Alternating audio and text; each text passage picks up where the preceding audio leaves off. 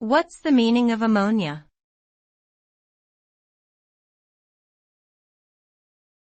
Ammonia.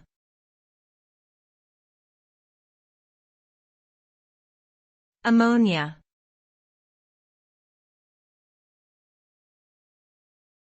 Ammonia.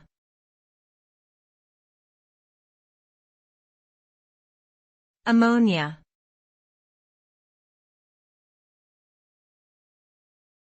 Ammonia.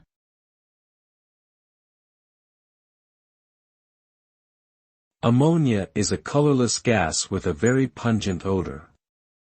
It is composed of one nitrogen atom and 3 hydrogen atoms, and has the chemical formula NH3. Ammonia is commonly used in household cleaning products, as well as in the production of fertilizers, plastics, and explosives.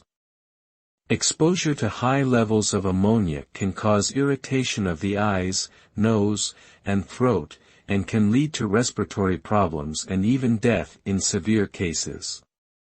When mixed with water, ammonia forms ammonium hydroxide, a caustic solution that can also cause burns and skin irritation.